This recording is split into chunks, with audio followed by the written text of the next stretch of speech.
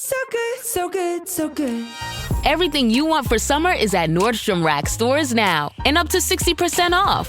Stock up and save on the brands you love like Vince, Sam Edelman, Frame, and Free People. Join the Nordy Club to unlock exclusive discounts, shop new arrivals first, and more. Plus, buy online and pick up at your favorite Rack store for free. Great brands, great prices. That's why you Rack. If we knew more about our sleep, what would we do differently? Would we go to bed at a consistent time or take steps to reduce interruptions to our sleep? With Sleep Score, Apple Watch measures your bedtime consistency, interruptions, and sleep duration. Then, every morning it combines these factors into an easy-to-understand score from 1 to 100. So you'll know how to take the quality of your sleep from okay to very high. Know your sleep score with Apple Watch. iPhone 11 or later required. Welcome to the Susan LoPresti Wellness Mind, Body, and Soul podcast. This is your go-to space for midlife and mature women who are ready to reclaim their health, boost their energy, and live long, vibrant, and purposeful lives. Each week, we dive deep into natural wellness, holistic healing, anti-aging strategies, and healthy lifestyle habits to help you feel your best physically, emotionally, and spiritually. Whether you're navigating menopause or working through chronic conditions or simply wanting to age gracefully and intentionally, this show is your sanctuary for science-backed insights, powerful stories, and soul-nourishing inspiration. So if you're a woman over 40 or 50 looking to thrive in the next chapter of your life, you're in the right place. Today on Susan LoPresti Wellness Mind, Body, and Soul, I'm excited to welcome a truly groundbreaking guest, Elliot Justin. Elliot is a Harvard-trained emergency physician and the founder of FermTech, a company transforming the way we understand sexual wellness by connecting directly to cardiovascular and overall health, rather than relying on outdated pill-first approaches. Elliot's work brings objective, science-backed data into conversations that are often overlooked or avoided entirely. FermTech's FDA registered tech ring tracks nocturnal erections, offering powerful insights into vascular health and early cardiovascular indicators. With a database of over 84,000 tracked erections, Elliot and his team are uniquely positioned to provide meaningful, personalized guidance that goes far beyond symptom management. This conversation is especially important for the women listening, particularly those navigating midlife, perimenopause, and postmenopause, because sexual wellness and heart health are deeply connected, yet rarely discussed together. Elliot also shares how women can better understand their own health and support the men that they love using smart, data-driven sexual wellness technology. Elliot's innovative work has earned prestigious recognition, including the Healthcare Business Award from the Science and Engineering Health Technologies Alliance and runner-up for innovation in fitness, health, and well-being at CES Showstoppers. He has spoken on over 200 podcasts and reaches more than 10,000 health professionals and wellness enthusiasts. But today's conversation is all about authentic, meaningful education and empowerment. This is an eye-opening discussion that bridges science, technology, and holistic health, and you won't want to miss it. So without further ado, Elliot, welcome to my podcast. I'm very excited and honored to have you here today with us. Can you share what inspired you as a Harvard-trained emergency physician to focus on sexual health and create FermTech? That's a great question because they're just a series of coincidences and personal interests that got me here. I'll share with you that I've always been particularly interested in sex. I don't think I can't think of any other doctors I know of whose mother took them to urologist twice when they were teenagers because she was concerned about their masturbation habits. So she thought I would get into college. Anyway, Mom, I did get into, I did.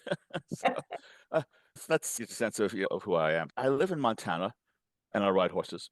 And many years ago, I ran into a tree because my wife says I ride like a 15-year-old.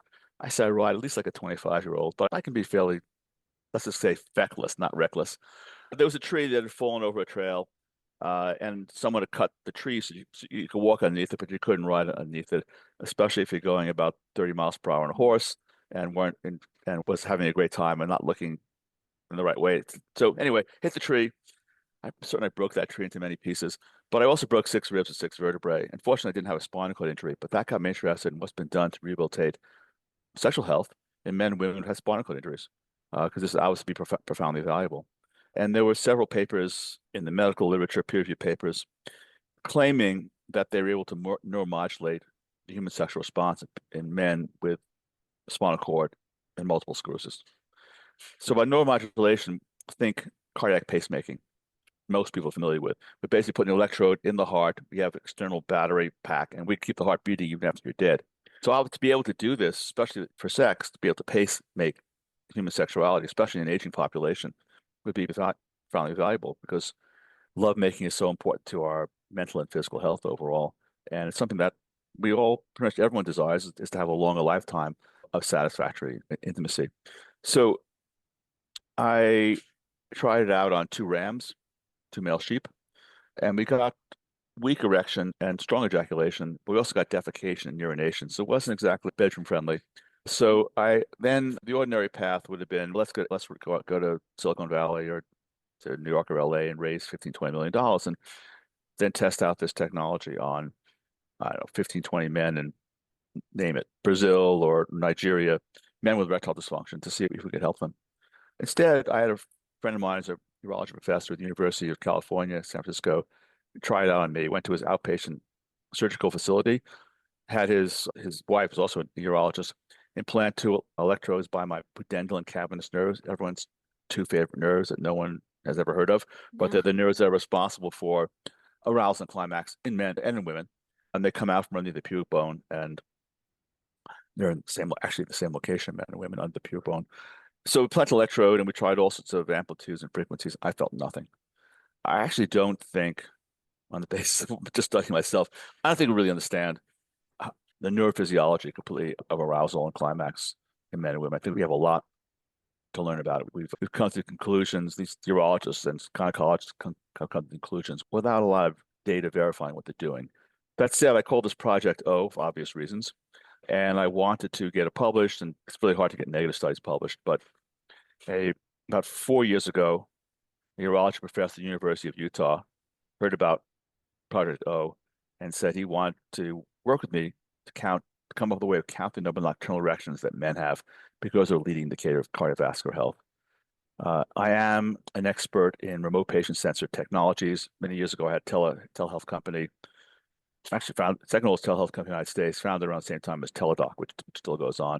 And that got me interested in what type of technology, kind of smart wearables can we give people at home so they can ideally not have to go to the doctor, or they can detect problems before they become more significant problems. This doctor, he's now my chief medical officer, contacted me, and my reaction was a leading indicator of cardiovascular health. That's really powerful, because in medicine we treat associations, don't treat a lot of leading indicators. A leading indicator is predictive. So high blood pressure is associated with stroke. But if you pick up myself, if my blood pressure goes from 125 to 140, it's not predicting anything. It's just giving me a little bit of a signal that maybe if this persists over time, I could have a problem. The same thing we follow people's lipoproteins aggressively, maybe likely too aggressively. But if my cholesterol goes from the high normal range to the low abnormal range, which is what happens to many people as they get older, I'm going to be 73 next month. It's not predictive. It's associated with atherosclerosis, and we throw statins at it very aggressively and recommend diet changes, but it's not predictive. But if the number of nocturnal erections that a man has goes down by 50%, that man has a close to 50% chance of having some sort of cardiovascular problem manifest itself in the next 2 or 3 years. Could be a heart attack, could be angina. So that's really powerful. So when he told me that, I thought, God, this is a vital sign. that would be a lot more interesting to men than from some fluctuation in their blood pressure or how many steps to take yesterday, or my digital scale is telling me whatever, I gained 5 pounds. By the way, women have nocturnal erections too, and no one has studied them since Mass and Johnson. And to jump ahead, we will be coming out with a device for women and their providers to assess the health of the clitoris next year. Given where we are with the research, it's inevitable. But getting back to the male thing, when this doctor told me he wanted to count nocturnal erections, and I said, let's just not limit ourselves to nocturnal, because what erections do men care most about? The ones that they have when they're having sex. And I think all women who are involved with men know that a man is only as good as the last two or three erections. A man who has difficulty performing sexually, it almost becomes mentally ill. And I'm exaggerating right now, but it's distress. It's distressing to women too. Yeah. Not for a guy, it might take a week for him to get upset. For a woman, maybe it takes a few weeks, but it's a profound issue for men and women. So if we can use smart wearables to figure out the status of people's sex organs, that would be profoundly valuable. Plus, it's a reflection of cardiovascular health in men and women, because in order to have arousal and climax, you have to have good blood flow. And actually, I think women have more issues than men. And why is that? It's because premenopausal women take birth control, many do at least, and they also take antidepressants way beyond what men do. Both those medications have profound impact upon their sexual health and probably the health of other body systems as well too. And we doctors pass out these pills like they're Pez. Hey, this, and we don't warn people about the side effects of them. And that's the problem. Now, postmenopausal women have all the same problems that men do with diabetes, hypertension, atherosclerosis. Postmenopausal women lose a good deal of their hormonal protection against cardiovascular disease. And HRT is helpful. And I think also, as we're going to see over the next 5 to 10 years, testosterone replacement therapy for women is going to become the norm because of the loss of health as well too. But that's what I got involved in it. I fell off a horse or got knocked over a tree. I did a study on some rams that was promising, and on myself that was unsuccessful. And the urology professor heard about this. And here we are 4 years later. We have the world's largest database of men's sexual health. We've documented close to 150,000 erections on 3,000 men. And with that data, we are now gaining a greater understanding of what actually causes erectile issues in men, and also how men can follow their sexual health in order to which is a reflection of the cardiovascular health, and get warning signs about their cardiovascular health. Yeah. Do you have any resistance or skepticism from people when you bring in this data technology it's a sensitive topic? So Yeah. how's it received? Well, there are two types of resistance, if you want to call it that. The one is with some urologists, and why is that? It's because we have discovered that the leading cause of erectile dysfunction is not what the doctors have thought it has been since the 1990s. And matter of fact, the problem actually starts with the definition of it, and then how the doctors have responded to that. Here it is. The expectation was that as men get older, the firmness of their sex erections, the firmness of their nocturnal erections, the duration of the nocturnal erections, the number of nocturnal erections will go down. Now, the incidence of erectile dysfunction, I want to get back to that word in a moment because it's wrong. The incidence of erectile dysfunction goes up 10% per decade after age 40. I'll be 73 soon. That's 70% by my age. And this is an enormous problem. So what did we discover with our data? Men reporting erectile dysfunction, but for 85% plus of men, they were staying just as hard, having just as many nocturnal erections, staying just as firm until late 60s, early 70s. And then it began to taper, but not taper enough where they shouldn't be able to perform sexually. So what's going on? So the doctor's assumption, the academic urologists see the sickest people in their practice. What's seeing the sickest people? They still see the sickest people in their practice. They see the men who struggle to get an erection or can't attain an erection at all. The vast majority of those men have a cardiovascular problem, which is why our data is really important, because our data can identify that problem early before it happens. So these men have either heart's not pumping enough blood to their penis, they have angina, they have heart attacks, they have congestive heart failure, they have other heart issues, and/or often in combination, they have narrowing of the arteries to the penis, so they're not getting your blood in from diabetes, hypertension, and other heart problems. So they struggle to get an erection, or they can't get an erection at all. Those men have genuine erectile dysfunction.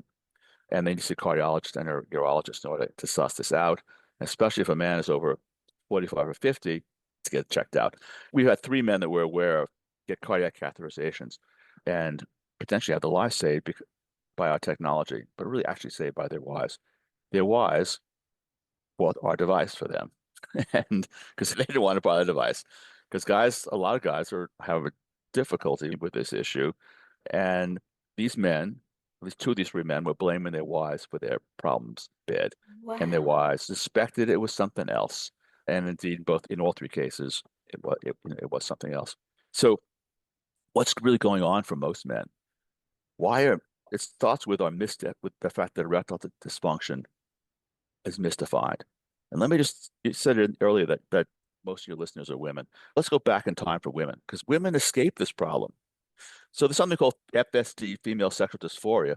No one ever talks about it. I never heard of it. Exactly. So that's what happens if you go back to the late 70s, early 80s.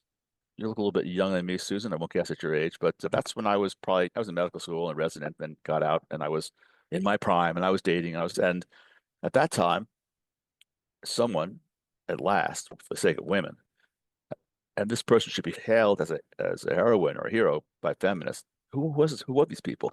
They decided to commercialize the vibrator.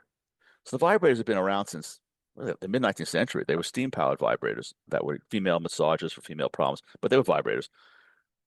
My mother's vibrator in the 1950s was a massive massager that, of course, she had hid away in a supply closet in the garage. God knows what a sex life like with my father. But and of course we found it, didn't know what it was. But in the late 70s, early 70s, early 80s, they started to be miniaturized and made more commercially friendly. It was wands or Dr. Ruth's or oscillator, things of that nature. And when the vibrator came along around the same time that feminism started to have an good impact on healthcare, words like frigid, anorgasmic, hysteric, and cold that were commonly used to describe women became unacceptable. And along with vibrators, a good deal of the problem went away for many women. My mother's vibrator was hidden away. Our daughter took them on dates. I think at a bachelorette party, they were given away as prize for fun to the ladies. And I don't know how many vibrators my wife owns. She could probably come to bed with a bandolier of them, depending on what her mood is, what shape she wants. It's really, I will, women women so often complain they don't get enough attention paid to them. But when it comes to sex toys, women rule. And that, which is to say that women still don't have sexual health problems, and that women can't actually, as we anticipate, women will be able to use the nocturnal flow erections as an indicator of the sexual and cardiovascular health. But for men, their erection rings have never caught on. So why is that? If you had told me, Susan, 4 years ago that I'd be speaking to Susan on a podcast about erection rings, my attitude would have been, like most men, male pride. I don't need that. It's not about need. It's about want. My wife, I'll just pick on her. She doesn't mind talking about these things. My wife doesn't need a vibrator. My daughter doesn't need a vibrator, but they prefer it because it helps to optimize their performance and produces a whole range of other sensations. Men, one of the jokes we have when we're at the American Urology Association conventions or the International Society for Sexual Medicine is you can tell the difference between a gay doctor and a straight doctor with one question. Do you use an erection ring? And the gay doctor will roll his eyes like you're like a woman asking a woman whether she uses a vibrator. Like you're an idiot. Of course I do. Last night you got a better one. And the straight doctor's reaction is, oh, I don't need that. Maybe some of my patients might need that. It's kind of like Superman and Kryptonite. Oh, not for me. But so let's get back to these numbers. Why are men reporting erectile dysfunction when they're getting hard? It's because as all men get older, our erections fade after we get them. They fade faster. That's just a function of aging. And in retrospect, what the data is showing is so obvious. So, you're a 12, 13-year-old guy, your girl gives you a peck on the cheek, you hold her hand for 5 minutes, you get an erection for an hour and a half with minimal stimulation.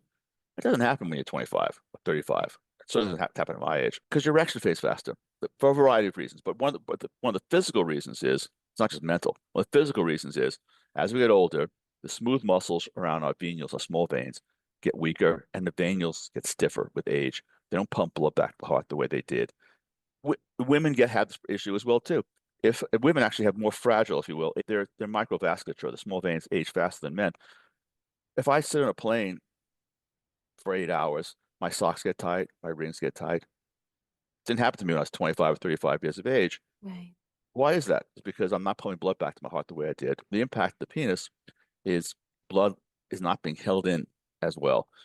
Vibrators for women overcome this because vibrators, aside from the pleasure, the neurological aspect of them, vibrators stimulate the arteries to stay open, and keep the blood flowing. It's part of the value of vibrators for women. So rings, if men are getting erections, I'm talking about middle-aged and older men, men are getting erections and are losing them.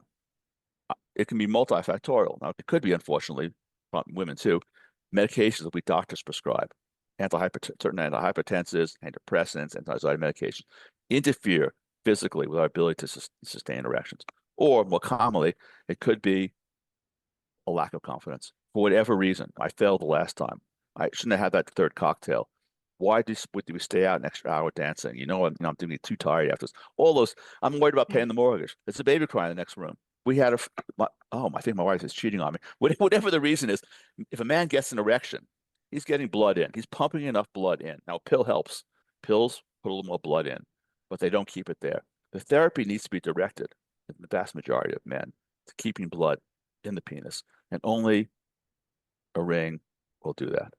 And the emphasis has been on the other side of the circulation, not the venous side of the circulation, but the heart and the arterial side of the circulation. Why? Because one, those are the sickest people that the doctors are seeing, that the academics see in their office, and they project that onto the general population. But also, money. Doctors, money rules healthcare, and we have lots of tests for assessing your heart and your arteries. We have almost no tests for assessing your veins. And where does healthcare go? It goes where the money is. So what's recommended to men who have ED? Get a cardiovascular workup, which is true. Although our device can tell men whether you need that cardiovascular workup or not. Because if a man is having, pick on a man my age, I'm having 4 nocturnal erections per night, and I'm reporting ED, I don't have cardiovascular problems. I'm getting enough blood in. There's something else going on, psychological, alcohol, it's a medication, something else going on. Whereas if a man my age has 1 or 2 nocturnal erections, I got a cardiovascular problem. So our device helps both doctors and men figure out what the problem is. But we realized that rings are the answer for most men was a game changer coming from our research. Rings, think about the variety of female forms for vibrators. Rings for men, these hard silicone rings in general, they pinch, they're uncomfortable. A man has to be completely hard in order for it to really work, because essentially putting a noose in your penis, because you get hard and you're cutting off the blood flow. I didn't understand that initially what I was doing, because I invented our rings are made out of a soft elastomer. So they allow the arterial blood to flow in and only somewhat constrain the venous return. Because I want to count number of nocturnal erections and assess their duration of firmness overnight. Then I realized that I had solved the erection ring problem, because they were being made out of the wrong material. They need to be made out of material. Yeah, this is actually how it sits. And the material, let me take one off here. So this is a soft, stretchy, spongy elastomer. So you asked me how I got involved in this. So this doctor challenged me with a way of coming up with nocturnal erections. I was inspired by my wife. I was scratching her back after I would say that probably half the heterosexual sex in the United States starts when a man is scratching his partner's back, which takes a bra off at night. Why? Because bras are irritating to the skin. There's a silicone strap in the back, and they tug and pull on the skin. My wife, who comes from the fashion industry, said there's some study that says the average woman adjusts her bra 8 to 10 times a day. She's often unaware of it. And then from hearing from her, why? Because it's pulling on the skin. And actually that made me aware of, I probably adjust the waistband of my underwear 3 or 4 times a day too. I don't think about it anymore. I don't think about it as being uncomfortable, but it's pulling on the skin. I saw my wife had a stress ball on her desk. And I said, oh, duh, why don't we make erection rings out of an elastomer? Stress balls made out of elastomer rather than silicone. And then I saw this other feature that my wife's bra had, and it's a hook. We have the only erection ring for a hook, because that way it's easy on, easy off. It doesn't have to be snapped like a rubber band over the penis. I saw my wife's bra on the ground. I thought, a bra is a ring that opens and closes. Women don't put on bras over their head. It opens and closes with a hook. Why don't we make an erection ring with that particular feature as well. I got into this for the data, but then also inadvertently discovered a solution for most men, which is put a ring on it. If a man wants to optimize his performance, put a ring on it and take a pill. Because we've also done 2 studies that show that a ring is as effective as 10 milligrams of tadalafil, and which is the most commonly prescribed PD-5 medication, is Cialis. And the two together are synergistic because the pill puts more blood in and the ring keeps it there. Now, you asked me about resistance on this. So one resistance point comes from the urologist who needs to accept that we actually should be recommending rings to people. And actually, we should be getting data with our technology on men. It's hard for doctors to incorporate new things into their practice when there's no money in it. Because one of the problems in sexual health for men and women is that the electronic health record drives everything. And there are no mandated questions or even recommended questions about sexual health in the electronic health record. But the other resistance point is simply too proud. They don't admit that they need some tool. And women need to help them overcome that resistance. Yeah. And put a ring on it for them. So I have a question on nocturnal erections. How is that connected to vascular function and heart health? No one knows. Oh, So good. that is a great question. I was just discussing that with an academic urologist last night because we know that the number of nocturnal erections is a reflection of cardiovascular health. That's been well established that before men have heart attacks, before men have strokes, they report not having morning wood. And one is not enough. And we all laugh about morning wood, but one is not enough. A healthy man should be having 3 to 5 per night. We know that the number of nocturnal erections, if it deteriorates, can be predictive of a cardiovascular event. But we don't know what really turns nocturnal erections on or off. If you ask a urologist, they'll say, we need to provide nutrition to this organ at night. By the way, some women have clitoral erections too. So what's going on? Why do we need to provide blood to this organ if it might make sense if people were unhealthy? Mhm. But why is it that healthy people have the most number of nocturnal erections? In men, that is. And that's probably the same thing in women too. So if someone is having sex 2 or 3 times a day and has a healthy penis, why do they got to send blood to the penis at night? So what happens at night while we're sleeping and it occurs during our deep sleep, and nocturnal erections are actually a marker of quality sleep, probably a more accurate marker than a smart ring. But the nocturnal erections, something goes on in the brain so that the sympathetic nervous system turns off. The parasympathetic nervous system is then unresisted. An erection occurs, and then in a healthy person, 35 minutes later, sympathetic nervous system turns on again, and the erection's lost. Why this happens? We don't know. And we have a lot of, now with our technology, a lot of research is being done. And one of the papers that will probably start in about 2 months at the University of Utah is going to be on men. They're going to do EEGs on men. They'd have men sleep with an EEG on and wear our device at the same time and try to figure out what part of the brain is producing these erections. Oh, so you don't know that yet. We don't know. There's so much that we don't know. Wow. So why do you believe that medicine has traditionally treated sexual health in isolation rather than a whole body wellness? I don't know if it's really been treated in isolation. There's always been a sort of don't be obese, be relatively good cardiovascular shape, and Yeah. obviously it's embarrassing to men and women if you get winded after a few thrusts. So I don't think it's been treated in isolation. I just don't think people want to say, "Oh, we're culture inhibited." So men don't want to talk about this with their doctors, and the doctors don't want to talk about it with their patients. We're a really sexually interested society. I actually think it comes down to money. We doctors ask people about vomit, feces, urine, bad odors. There are also some embarrassing things that doctors ask about, but all those questions have money associated with them. This is the trap. I'm old enough that I started out with paper records, and there was no electronic health record, and you made it up. This is hey, you got a problem. These are questions I'm going to ask you. I'm not being told by a computer what are the right questions to ask. And the computers are surely a valuable aid to not missing things. But I am certain that if the electronic health record said, hey, Dr. Justin, you can make an extra $25 if they ask the following questions about someone's sexual health, I'd ask the questions. We ask. So I just, until there's money motivation. I just don't see this problem resolved for men or for women. I've never been asked about my sexual health without initiating the conversation. My wife has never been asked about her sexual health. Birth control is another thing. I'm not that, but that's birth control is not. That's only one aspect and really not the only. Certainly by no means the only aspect of sexual health. I don't have an answer, a really satisfactory answer. I'll just say that it would be fixed if people can make money doing it. Yeah. Asking those questions. Here's the most And how, important question. Here's the most important question that a man should ask himself, and his partner should think if he's having problems. Is your problem that you can't struggle to get an erection, or is your problem you get an erection and you lose it?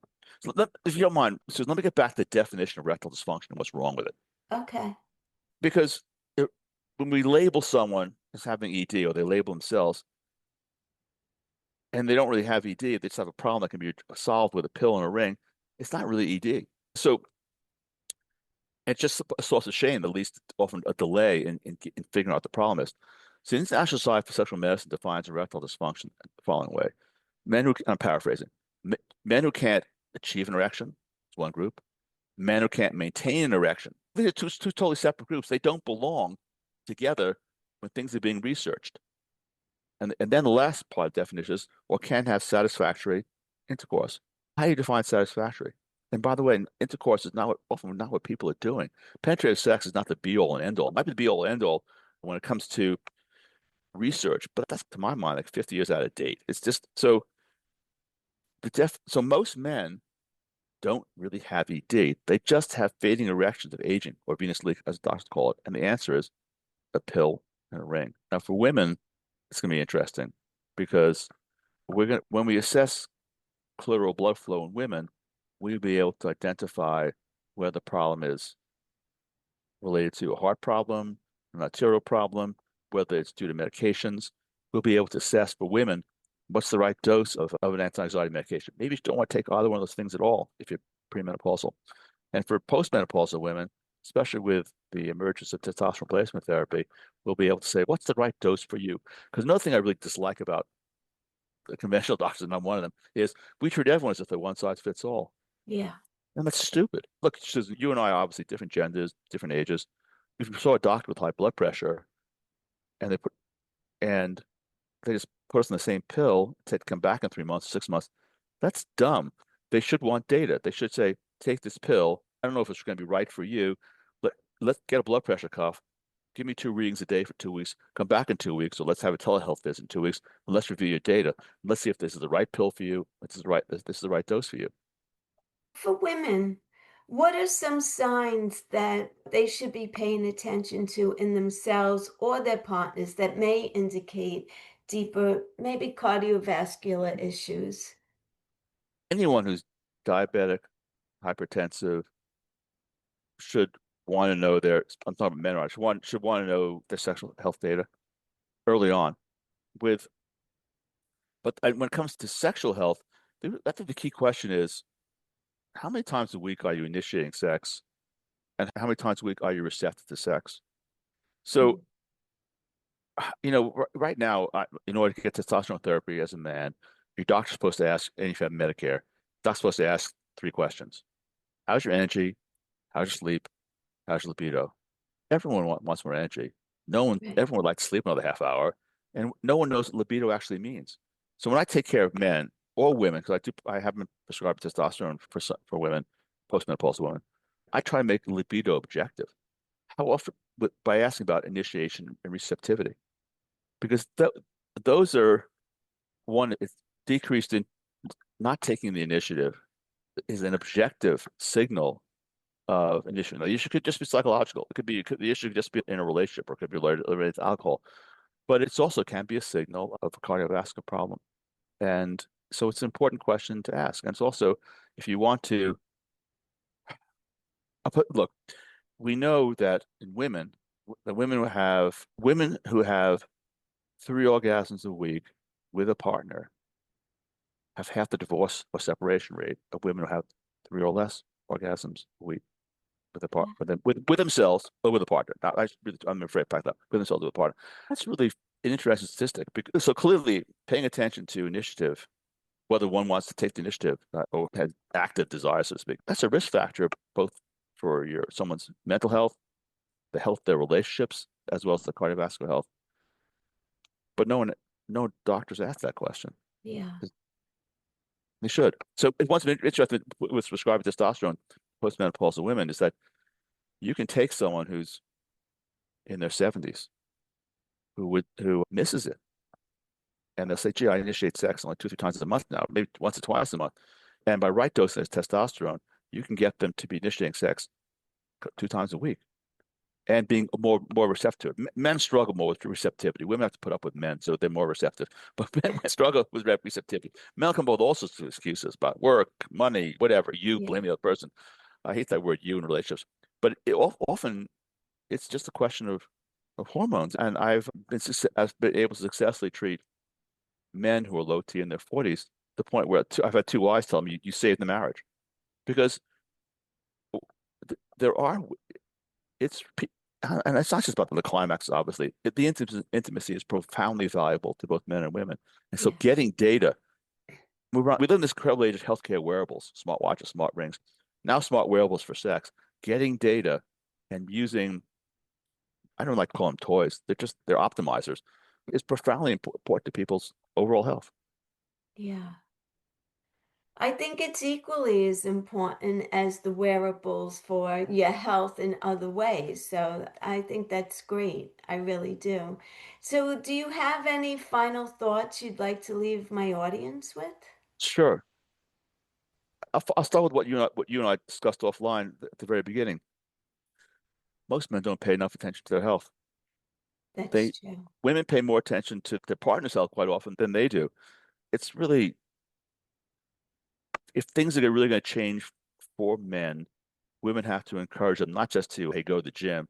Women need to encourage men, especially men over the age of 45, 50, get the data for your sexual health. Just the way you get your baseline electrocardiogram, you get your baseline liver proteins, get your data for your sexual health, both from a device like ours, and be certain that you get your testosterone checked, Yeah. your testosterone and your free T. And as I said earlier, we've had 3 women encourage the men to get their device who got cardiac catheterizations. We're all on the road from erectile fitness to erectile dysfunction. We all would like to know where we are on that road, but we need data. So women need to encourage men to be more active about getting their data, not just about, hey, nagging about going to the gym.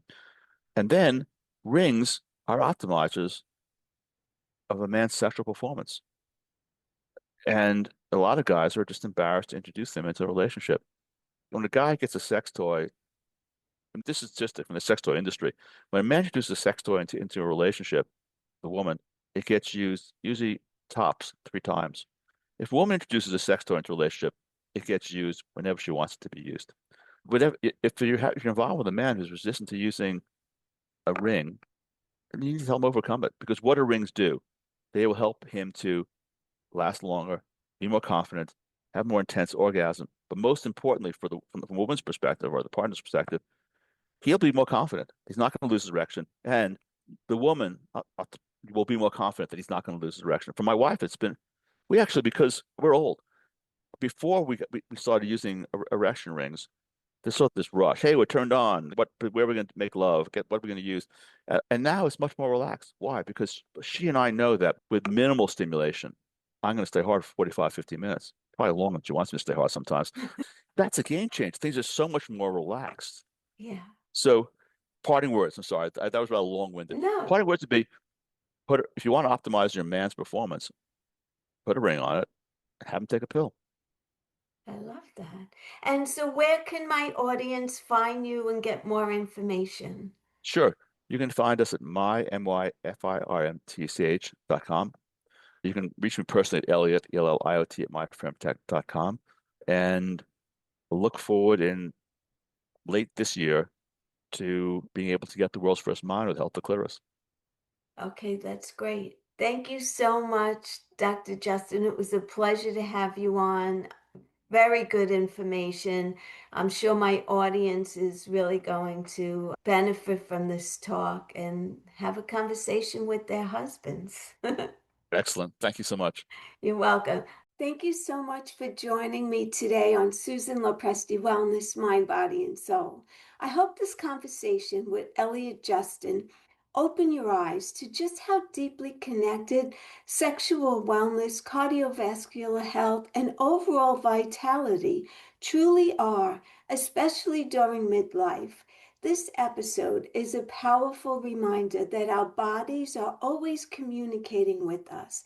When we move beyond shame and silence or quick fix solutions and instead embrace awareness, data, and prevention, we give ourselves and the people we love the opportunity to age with strength, confidence, and clarity. If this conversation resonated with you, I encourage you to share it with someone you care about because these are conversations that matter and they can truly save lives. To learn more about Elliot's work and FermTech and to explore how technology can support proactive, heart-centered sexual wellness, be sure to check out the links in the show notes.